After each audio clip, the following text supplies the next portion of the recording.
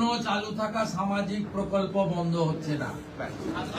নমস্কার বন্ধুরা, এই মুহূর্তে রয়েছে রাজ্যের সমস্ত কৃষকদের জন্য বিরাট বড় আপডেট। আপনি যদি একজন কৃষক হয়ে থাকেন তাহলে এই মুহূর্তে রয়েছে আপনার জন্য গুরুত্বপূর্ণ সুসংবাদ। ইতিমধ্যেই কৃষক বন্ধু প্রকল্পের অফিসিয়াল ওয়েবসাইটে আপডেট আসা শুরু হয়ে গেছে। তাহলে কি খুব শীঘ্রই কৃষকদেরকে আর্থিক সহায়তা দেওয়া হবে কৃষক বন্ধু প্রকল্পের মাধ্যমে, নাকি নতুন কোনো আর্থিক সহায়তা প্রকল্প আসবে কৃষকদের জন্য? তাহলে সেই কৃষকদেরকে কত টাকা করে দেওয়া হবে সেই বিষয়ে কিন্তু আপডেট জানানো হয়েছে। এইবার কিন্তু সমস্ত কৃষকরা টাকা পাবে না। কারা কারা পাবে, কারা কারা পাবে না, টাকা পেতে হলে কি করতে হবে সেই বিষয়ে কিন্তু সঠিক আপডেট জানানো হয়েছে। এছাড়াও কোন কোন কৃষকদের নাম বাদ দেওয়া হবে, কী কারণে বাদ দেওয়া হবে সেই বিষয়ে কিন্তু আপডেট জানানো হয়েছে। এছাড়াও পিএম কিষাণ প্রকল্পের 23 নম্বর কিস্তির টাকা কবে থেকে দেওয়া হবে সেই বিষয়ে আপডেট জানানো হয়েছে। তাই বন্ধুরা, ভিডিওটি সম্পূর্ণ দেখুন। এই ভিডিওটির মাধ্যমে অনেক কিছু আপডেট জানানো হয়েছে। তাহলে বন্ধুরা, এবার দেখে নেওয়া যাক কী বলা হয়েছে আজকের এই রিপোর্টে। গুরুত্বপূর্ণ কৃষি খবর। দেশে সারের সংকট দেখা দেওয়ায় চাষাবাদ এবং খাদ্য সুরক্ষা নিয়ে উদ্বেগ বাড়ছে। কেন্দ্রের এক উচ্চ পর্যায়ের বৈঠকে জানানো হয়েছে যে হরমুজ প্রণালীতে একাধিক সারবাহী জাহাজ আটকে রয়েছে এবং সৌদি আরব, মরক্কো ও রাশিয়া থেকেও পর্যাপ্ত সার পাওয়া যাচ্ছে না। এর ফলে ইউরিয়া ও ডিএপির যোগান কমে যাওয়ায় আশঙ্কা তৈরি হয়েছে। সরকারের মতে দেশে সার মজুতদারি ও কৃত্রিম সংকট তৈরির সম্ভাবনা রয়েছে। এই পরিস্থিতিতে কেন্দ্র 1 জুন থেকে ক্ষেত বাঁচাও অভিযান শুরু করেছে। এই অভিযানে রাসায়নিক সারের ব্যবহার কমিয়ে গোবর ও অন্যান্য জৈব সারের ব্যবহার বাড়ানোর উপর জোর দেওয়া হবে। তবে এতে ফসল উৎপাদনে কিছুটা প্রভাব পড়তে পারে বলে আশঙ্কা করা হচ্ছে। আগামী 30 জুন পর্যন্ত দেশ জুড়ে এই অভিযান চলবে। অনেক কৃষকদের নাম বাদ দেওয়া হচ্ছে। নতুন ওয়েবসাইটে পরিবর্তন আসলো। পশ্চিমবঙ্গে নতুন সরকার গঠনের পর থেকেই বিভিন্ন সরকারি প্রকল্প নিয়ে সাধারণ মানুষের মধ্যে নতুন করে আলোচনা শুরু হয়েছে। মুখ্যমন্ত্রী শুভেন্দু অধিকারী দায়িত্ব গ্রহণের পর 11ই মে এক সরকারি সভায় জানিয়েছিলেন যে আগের সরকারের কোনো সামাজিক প্রকল্প বন্ধ করা হবে না, তবে প্রয়োজন অনুযায়ী প্রকল্পগুলির নাম পরিবর্তন করা হতে পারে এবং আর্থিক সহায়তার পরিমাণও বৃদ্ধি করা হতে পারে। সেই সঙ্গে বিভিন্ন সরকারি ওয়েবসাইটে পরিবর্তন ও আপডেটের কাজ শুরু হয়েছে। ইতিমধ্যেই একাধিক সরকারি ওয়েবসাইটে পুরনো লোগোর পরিবর্তে নতুন লোগো সংযোজনের কাজ চলছে। কৃষক বন্ধু প্রকল্পের ওয়েবসাইটেও বেশ কিছু পরিবর্তন লক্ষ্য করা গেছে, যার ফলে কৃষকদের মধ্যে নতুন আশার সঞ্চার হয়েছে। তৃণমূল সরকারের আমলে চালু হওয়া কৃষক বন্ধু প্রকল্পের মাধ্যমে কৃষকেরা জমির পরিমাণ অনুযায়ী বছরে 4,000 টাকা থেকে 10,000 টাকা পর্যন্ত আর্থিক সহায়তা পেতেন। পাশাপাশি প্রাকৃতিক দুর্যোগে ফসল ক্ষতিগ্রস্ত হলে বাংলা শস্য বীমা প্রকল্পের সুবিধাও দেওয়া হতো।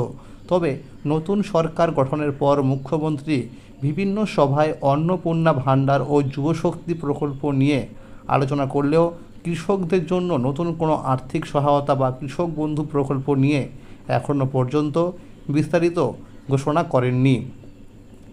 এর ফলে অনেক কৃষকের মধ্যে অনিশ্চয়তা তৈরি হয়েছে। অন্যদিকে নতুন সরকার ইতিমধ্যেই বিধবা ভাতা, প্রতিবন্ধী ভাতা এবং বার্ধক্য ভাতার আর্থিক সহায়তার পরিমাণ 1,000 টাকা থেকে বাড়িয়ে 2,000 টাকা করার ঘোষণা করেছে।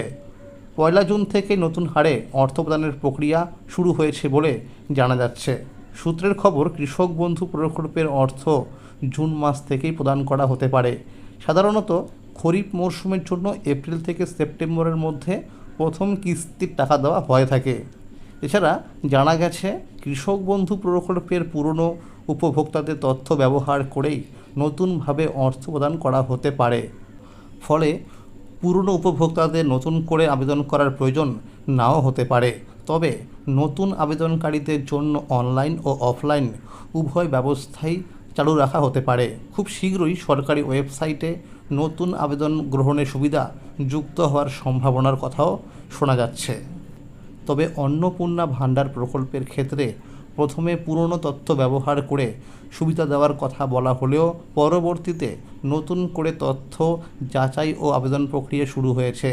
সেই অভিজ্ঞতার ভিত্তিতে অনেকেই মনে করছেন কৃষক বন্ধু প্রকল্পের ক্ষেত্রেও নতুন করে তথ্য যাচাই বা আবেদন প্রক্রিয়া চালু হতে পারে।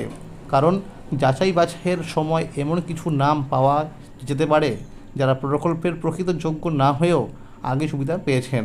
যদিও এই বিষয়ে এখনও পর্যন্ত কোনো সরকারি বিজ্ঞপ্তি প্রকাশিত হয়নি। রাজ্যের নতুন সরকারের প্রথম পূর্ণাঙ্গ বাজেট আগামী 22শে জুন বিধানসভায় পেশ করা হবে। মুখ্যমন্ত্রী নিজেই এই তারিখ ঘোষণা করেছেন। নিয়ম অনুযায়ী 18ই জুন রাজ্যপালের ভাষণের মাধ্যমে বাজেট অধিবেশন শুরু হবে। কৃষকদের একাংশের ধারণা, কৃষকদের জন্য নতুন কোনো আর্থিক সহায়তা বা কৃষক বন্ধু প্রকল্পের পরিবর্তন সংক্রান্ত ঘোষণা এই বাজেটেই আসতে পারে। আবার অনেকের মতে বাজেটের আগেও সরকার কোনো ঘোষণা করতে পারে। সূত্র মারফত আরও জানা যাচ্ছে যে বাংলা শস্য বীমা প্রকল্পের পরিবর্তে প্রধানমন্ত্রী ফসল বীমা যোজনার আওতায় কৃষকদের আনা হতে পারে। একই সঙ্গে কৃষক বন্ধু প্রকল্পের আর্থিক সহায়তার পরিমাণ বৃদ্ধির বিষয়েও আলোচনা চলছে বলে বিভিন্ন মহলে জল্পনা রয়েছে। কেউ কেউ মনে করছেন বর্তমান 10,000 টাকা এবং 4,000 টাকার পরিবর্তে যথাক্রমে 12,000 ও 6,000 টাকা করা হতে পারে। তবে এই বিষয়ে এখনও কোনো সরকারি বিজ্ঞপ্তি বা নির্দেশিকা প্রকাশিত হয়নি। মুখ্যমন্ত্রী জানিয়েছেন ভবিষ্যতে সমস্ত সরকারি প্রকল্পের অর্থ সরাসরি ডিবিটির মাধ্যমে অ্যাকাউন্টে পাঠানো হবে। তাই সমস্ত উপভোক্তাদের তাদের ব্যাংক অ্যাকাউন্টের সঙ্গে ডিবিটি সংযুক্ত করার জন্য অনুরোধ করা হচ্ছে। যাদের একাধিক ব্যাংক অ্যাকাউন্ট রয়েছে তাদের ক্ষেত্রে যে অ্যাকাউন্টে ডিবিটি সক্রিয় রয়েছে সেই অ্যাকাউন্টেই সরকারি প্রকল্পে টাকা যাবে। এদিকে সরকার জানিয়েছে নতুন ভোটার তালিকা এবং বিভিন্ন সরকারি নথির মাধ্যমে উপভোক্তাদের তথ্য যাচাইয়ের কাজ চলছে। যাদের তথ্য সঠিক এবং যারা প্রকল্পের যোগ্য তারাই ভবিষ্যতে সরকারি সুবিধা পাবেন। একই সঙ্গে মৃত উপভোক্তাদের নামও তালিকা থেকে বাদ দেওয়া হবে বলে সরকার জানিয়েছে। কৃষক বন্ধু প্রকল্পের ওয়েবসাইটেও আগামী দিনে নতুন আপডেট যুক্ত হতে পারে বলে জানা যাচ্ছে। তো বন্ধুরা, ইতিমধ্যে কিন্তু দেখবেন যে কৃষক বন্ধু প্রকল্পে যে রয়েছে ওয়েবসাইট, সেখানে কিন্তু কিছু আপডেট আনা হয়েছে। বিশেষ করে উপভোক্তাদের স্ট্যাটাস চেক করার নতুন সুবিধা চালু হতে পারে। বর্তমানে আগের মতো তথ্য দেখা গেলেও ভবিষ্যতে যাচাই বাছাইয়ের ভিত্তিতে স্ট্যাটাস পরিবর্তন দেখা যেতে পারে। তবে এই বিষয়ে সরকারিভাবে কোনো ঘোষণা এখনও করা হয়নি। তো বন্ধুরা, যখন কৃষক বন্ধু প্রকল্পের উপভোক্তাদের তথ্য যাচাই করা হবে তখন স্ট্যাটাস চেক করলে যাদের দেখাবে যে অ্যাক্টিভ তাদের কিন্তু টাকা দেওয়া হবে, আর যে সমস্ত কৃষক দেখাবে অ্যাক্টিভ না অর্থাৎ ডিলিট ফার্মার তাদের কিন্তু নাম বাদ দেওয়া হবে, এরকমটা সূত্রের খবর। তাই অফিসিয়াল ওয়েবসাইটটিকে নিয়মিত দেখবেন। তাই কৃষকদের জন্য এই মুহূর্তে সবচেয়ে গুরুত্বপূর্ণ বিষয় হলো সরকারি ঘোষণা ও বিজ্ঞপ্তির দিকে নজর রাখা। কারণ কৃষক বন্ধু প্রকল্প, শস্য বীমা এবং অন্যান্য কৃষি সহায়তা সংক্রান্ত চূড়ান্ত সিদ্ধান্ত সরকারিভাবেই জানানো হবে।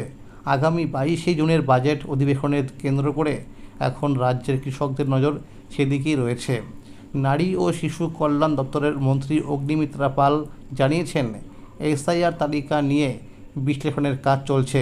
তবে যাদের নাম রয়েছে ট্রাইব্যুনালে এবং যারা সিএ এর জন্য আবেদন করেছেন তারাও সরকারি সুবিধা পাবেন বলে জানানো হয়েছে। পিএম কিষাণ 23 নম্বর কিস্তির টাকা কবে দেবে? প্রধানমন্ত্রী কৃষক সম্মান নিধি যোজনার টাকার পরিমাণ বাড়তে পারে বলেও নতুন করে আলোচনা শুরু হয়েছে। পশ্চিমবঙ্গ বিধানসভা নির্বাচনের দ্বিতীয় দফার আগে মেদিনীপুরের এক জনসভা থেকে প্রধানমন্ত্রী নরেন্দ্র মোদী ঘোষণা করেছিলেন বাংলায় বিজেপি সরকার গঠিত হলে কৃষকদের জন্য কেন্দ্রীয় সহায়তার পরিমাণ 6,000 টাকা থেকে বাড়িয়ে 9,000 টাকা করা হতে পারে। বর্তমানে প্রধানমন্ত্রী কৃষক সম্মান নিধি যোজনার আওতায় কৃষকেরা বছরে 6,000 টাকা পান, যা 3টি কিস্তিতে সরাসরি ব্যাংক অ্যাকাউন্টে পাঠানো হয়। প্রধানমন্ত্রী সেই সভায় ডবল ইঞ্জিন সরকারের কথা উল্লেখ করে বলেন, কেন্দ্র ও রাজ্য একসঙ্গে কাজ করলে কৃষকেরা আরও বেশি সুবিধা পাবেন এবং মধ্যস্বত্বভোগীদের দৌরাত্ম্য অনেকটাই কমবে। পাশাপাশি কৃষকদের ফসলের ন্যায্য দাম নিশ্চিত করার দিকেও জোর দেওয়া হবে বলে দাবি করা হয়েছে। সূত্রের খবর, কৃষক বন্ধু এবং পিএম কিষাণ এবং বাংলা শস্য বীমা প্রকল্পের আর্থিক সহায়তা কৃষকেরা পাবে। তবে শোনা যাচ্ছে রাজ্যে কৃষকদের জন্য আর্থিক সহায়তা আগে যে কৃষক বন্ধু প্রকল্পে টাকা দেওয়া হতো বছরে 10,000 এবং 4,000 টাকা করে, সেটা বাড়িয়ে করা হতে পারে 12,000 ও 6,000 টাকা করে। তবে শোনা যাচ্ছে 22শে জুন রাজ্য বাজেটেই এই বিষয়ে ঘোষণা আসতে পারে। এদিকে প্রধানমন্ত্রী কৃষক সম্মান নিধির পরবর্তী অর্থাৎ 23তম কিস্তি নিয়েও কৃষকদের আগ্রহ বাড়ছে। 22তম কিস্তির টাকা 2026 সালের মার্চ মাসে দেওয়া হয়েছিল। সেই হিসাবে মনে করা হচ্ছে 23তম কিস্তির টাকা জুন মাসের শেষ অথবা জুলাই মাসের শুরুতে কৃষকদের ব্যাংক অ্যাকাউন্টে জমা হতে পারে। তাহলে বন্ধুরা, আজকের এই ছিল আপডেট। এই রকম আরও নতুন নতুন আপডেট সবার আগে পেতে হলে চ্যানেলটিকে অবশ্যই মনে করে সাবস্ক্রাইব করে রাখবেন এবং সকলের কাছে শেয়ার করে দেবেন। আর যদি ভিডিওটি ভালো লেগে থাকে অবশ্যই একটি লাইক করে দেবেন। ধন্যবাদ।